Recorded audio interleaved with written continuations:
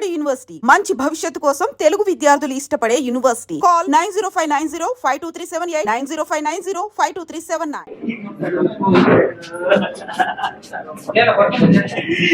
రాజుగారు ఏం న్యాయం ఏం కాదు, నా సర్వం కోల్పోయాను. నా కూతురు హాస్పిటల్లో ఉంది, నా భార్య అయితే చనిపోయిన పేకొస్తూ చంపించాడు. చంపిందంత ఇంక న్యాయం అంత ఇంకేటి ఉంది? న్యాయం ఏట్లేదు. శిక్ష విధించాలి. శిక్ష అంత ఇంకేటి కాదు. ఆడికి మరి జైల్లో పెట్టి పోషించాలి గట్ట కాదు.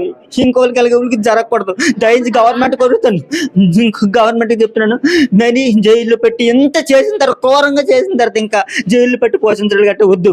దయించి నాకు న్యాయం చేయండి. ఆడికి ఏదో ఒకటి చేసేయండి, ఎన్కౌంటర్ ఉరి శిక్ష చేయండి, అంతే. అంతే తప్పగానే ఇంకా జైల్లో పెట్టి పోషించడాలు వెయిట్ చేయొద్దు. Sir deputy CM sir Pawan Kalyan గారు, సార్ సీఎం సార్ నన్ను ఆదుకోండి సార్, ఇంత ఘోరం జరిగింది, అంతే తప్ప ఇంకేం చేయలేదు. ఇంకేం చెప్పలేదు.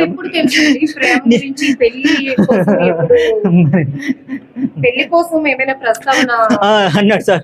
పెళ్లి కోసం అడిగితే లాస్ట్ 20 days అప్పుడు వాళ్ళ అమ్మ, వాళ్ళ పెద్దమ్మ, ఇంకొక పెద్ద మనిషి, వాళ్ళ కజిన్ బ్రదర్ వచ్చారు సార్. ఆడు వచ్చాడు సార్. వచ్చాడమ్మా. వచ్చిన తర్వాత నన్ను డ్యూటీ నుంచి ఫోన్ చేస్తే నేను వచ్చాను.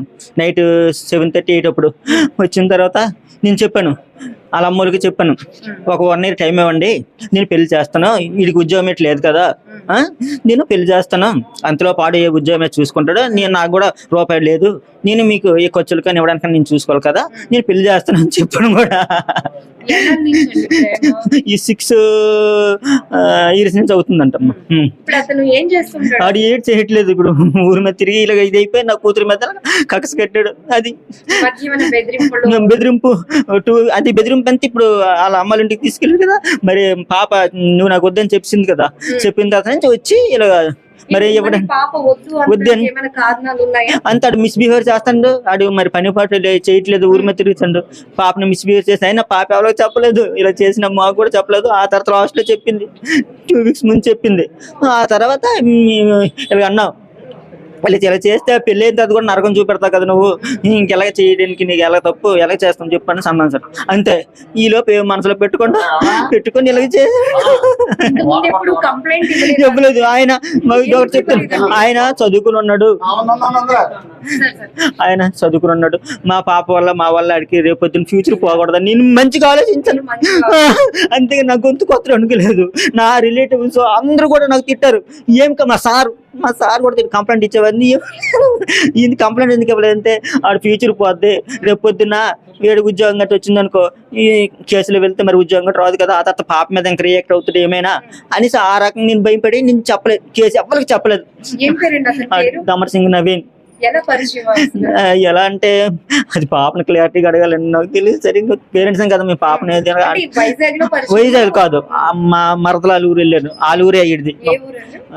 నందివాడ గ్రామం, పనస నందివాడ గ్రామం, వీరగొట్టం. పనస నందివాడ గ్రామంలో మా పాప అక్కడ ఇంట్లో అడిగి మెచ్యూర్ అయిన తర్వాత ఇంట్లో అడిగి పెట్టడానికి తీసుకెళ్ళింది మా మరదలు, మా చిన్న మరదలు. అక్కడికి వెళ్ళిన తర్వాత అలా పరిచయం. అది ఇప్పుడు ఆ నవీన్ వాళ్ళ తల్లిదండ్రులు కూడా ప్రేమ గురించి అన్ని తెలుసు. వాళ్ళకి చెప్పా, మాకే తెలుసు. ఓకే పెళ్లి చేస్తామన్నా, అంత అయ్యింది. ఈ లోపు మరి రియాక్ట్ అయ్యాడు. అది అంతే. ఎందుకు ఏంటి మరి తెలియదు. పాప ఎప్పుడైతే నువ్వు నాకు వద్దు అన్నది అప్పటి నుంచి ఇలా రియాక్ట్ అయ్యాడు. అంతే.